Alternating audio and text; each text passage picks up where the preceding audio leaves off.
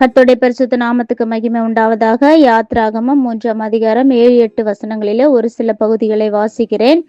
அப்பொழுது கர்த்தர் எகிப்தில் இருக்கிற என் ஜனத்தின் உபத்திரவத்தை நான் பார்த்து அவர்கள் இடுகிற கூக்குரலை கேட்டேன். அவர்கள் படுகிற வேதனைகளையும் அறிந்திருக்கிறேன். அவர்களை எகிப்தியரின் கைக்கு விடுதலையாக்கவும் பாலும் தேனும் ஓடுகிற நலமும் விசாலமுமான தேசத்தில் கொண்டு போய் சேர்க்கவும் இறங்கினேன். அருமையான தேவ பிள்ளைகளே, இஸ்ரவேல் ஜனங்கள் எகிப்து தேசத்தில் அடிமைகளாக அவர்கள் உபத்திரவப்படுகிற நாட்களிலே தேவனாகிய கர்த்தர் அவர்களை பார்க்கிறவராய் காணப்படுகிறார்.